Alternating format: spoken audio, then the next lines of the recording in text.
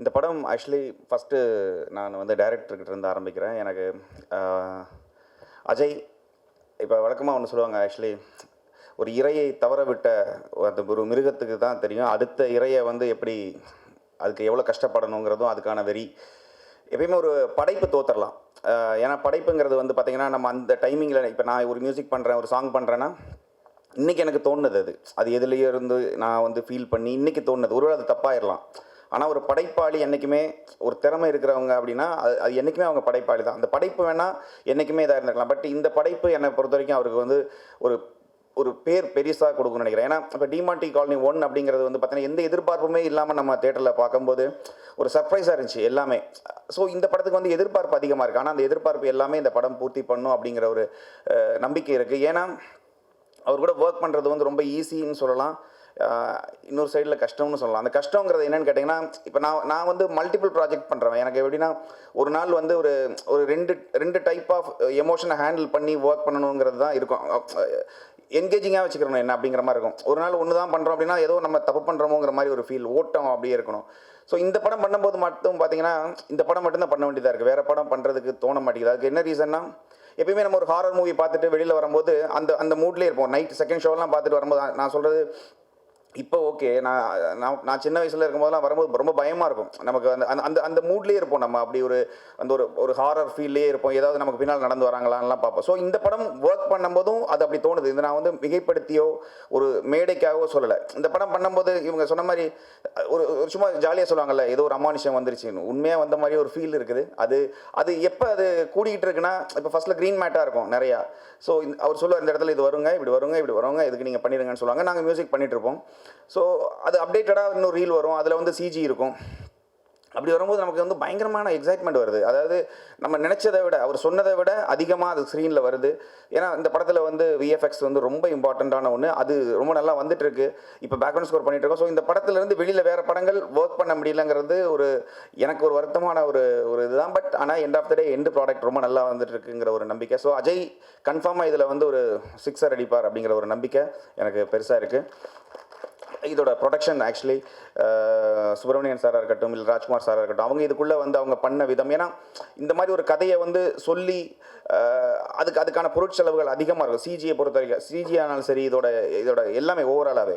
ஏன்னா இப்போ ஒரு நடிகருக்கான அவருக்கு என்ன பிஸ்னஸ் இருக்குது, அதுக்குள்ளே நம்ம இதை பண்ணணுங்கிற ஒரு சினிமா வட்டத்துக்குள்ளே இருந்து இல்லாமல் இந்த கதை என்ன டிமாண்ட் பண்ணுதுங்கிறதுக்கு தகுந்த மாதிரி செலவு செய்துங்கிறது அது எல்லாருக்கும் வராது. முக்கியமாக இதில் பிடிஜே அவரோட வந்திருக்கார் பாபி. எனக்கு பாபி அவர் வந்து இதுக்குள்ளே வந்தது ரொம்ப சந்தோஷம். என்னன்னு கேட்டிங்கன்னா, அவர் வேற ஒரு இண்டஸ்ட்ரியில் இருக்கிறாரு. அது இதுக்குள்ளே வரும்போது இதை பற்றி தெரிஞ்சுக்கணும்னு நினைக்கிறார். இப்போ ஆக்சுவலி என்னோட ஸ்டுடியோவுக்கு வந்தார். அவர் இதோட ப்ராசஸ் என்ன பண்ணுறீங்க, இது எப்படி பண்ணுறீங்கிற இதெல்லாம் அவருக்கு தேவையே இல்லை. அவர் பணம் கொடுத்துட்டு இது ஒரு பிஸ்னஸாக பார்த்துருந்தாருன்னா அப்படி பண்ணிடலாம். பட் அவர் இது ஒரு பிஸ்னஸாக அப்படியெல்லாம் பார்க்கல. இது ஒரு கலையாக பார்க்குறாரு, அதை என்ஜாய் பண்ணுறாரு, அதை லவ் பண்ணுறாரு. ஸோ இந்த மாதிரி ப்ரொடியூசர்ஸ் இவங்க வந்து உள்ளே வர்றதுங்கிறது ரொம்ப நல்ல ஒரு ஹெல்த்தியான விஷயம் எங்களை மாதிரியான ஒரு டெக்னீஷியன். ஏன்னா இப்போ நீங்கள் ஏனோ தானமும் ஏதோ சொல்கிற ஒரு கான்ட்ராக்ட் ஒர்க் மாதிரியெல்லாம் பண்ணாமல் இது ஒரு கலை, இதுக்கு இது செலவு பண்ணலாம், இது பண்ணால் இப்படி வரும் அப்படிங்கிற ஒரு ஃபுல் நாலேஜோடு வர்றது. அப்படியே தெரியலனாலும் அதை கேட்டு தெரிஞ்சுக்கிறதுங்கிறதுல வந்து அவர் வந்து ரொம்ப பெருசாக இருக்குது அது அந்த மனசு. ஸோ அவருக்கு ஹெல்ப்பாக இருக்கிற மனோஜ் சார், ஆக்சுவலி எனக்கு அவருமே அவர் நிறைய தடவை நான் மீட் பண்ணியிருக்கேன்.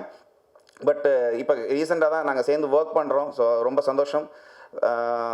அருள்நிதி சாரோட நான் ஒர்க் பண்ணுற இது 3வது படம் நினைக்கிறேன், 3ஆ 4ஆன்னு தெரியல.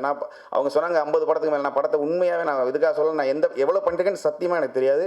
நான் அதை கவுண்ட் பண்ணலை, நானே கவுண்ட் பண்ணலை. ஸோ அருள்நிதி சாரோட நான் இது பண்ணுற 3ஆ 4ஆன்னு தெரியல. அதேமாதிரி பிரியா பவானி சங்கர் அவங்க கூட இருக்கும். ஏன்னா இந்த படத்தில் நடிச்சிருக்க எல்லாருக்குமே இப்போ ஏனோ பின்னால் வந்துட்டு போகிற கேரக்டர் அப்படிலாம் இல்லை. எல்லா கேரக்டருக்குமே இம்பார்ட்டன்ஸ் இருக்குது.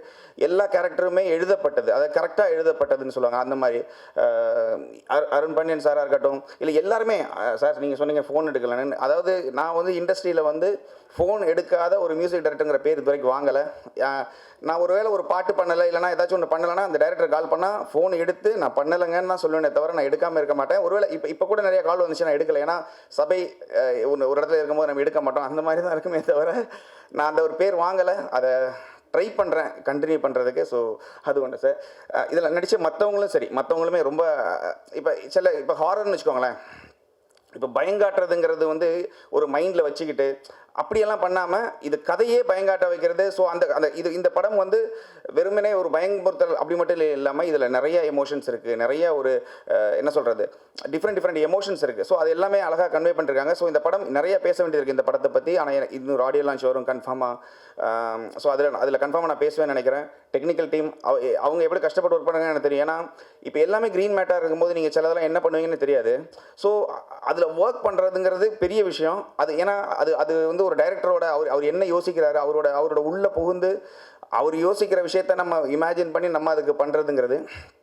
ஸோ டெக்னிக்கல் டீம் எனக்கு தெரிஞ்சு அவங்க ரொம்ப நல்லா பண்ணியிருக்கிறாங்க. ஸோ இந்த படம் ஓவராலாக நல்லா வரும், கன்ஃபார்மாக நல்லா வருங்க. இது ஏன் சொல்கிறேன் அப்படின்னா, இது வரைக்கும் நான் பண்ணிட்டு இருக்கிற இந்த ப்ராசஸில் ரொம்ப சாட்டிஸ்ஃபேக்ஷனாக இருக்குது. அது ஏன்னா அதோட சிஜி திரும்ப வர்றதா இருக்கட்டும், இப்போ நாங்கள் பண்ணிட்டு இருக்கிற பேக்ரவுண்ட் ஸ்கோர் இப்போ தான் போயிட்டுருக்கு. ஸோ இதெல்லாம் பண்ணி பார்க்கும்போது நமக்கு ஒரு பயம் வருது, நமக்கே ஒரு பயம் வருதுங்கும் போது. ஏன்னா நம்ம நிறைய தடவை படம் பார்த்துட்டோம், ஒரு தடவை இல்லை நிறைய தடவை திரும்ப பார்க்குறோம். ஒவ்வொரு தடவையும் பார்க்கும்போதும் அந்த பயமும் அதுவும் நம்மளை அப்படியே கண்டினியூ ஆகிட்டே இருக்குங்கன்னா இந்த படம் கன்ஃபார்மாக ஜெயிக்குங்கிற ஒரு நம்பிக்கை இருக்குது. இன்னொரு மேடையில் நான் கன்ஃபார்மாக இதை பற்றி நிறைய பேசுவோம். இந்த படத்தில் எனக்கு சான்ஸ் கொடுத்த எல்லாருக்குமே, டைரக்டர்லேருந்து ப்ரொடக்ஷன்லேருந்து எல்லாருக்குமே நான் தேங்க் பண்ணிக்கிறேன்.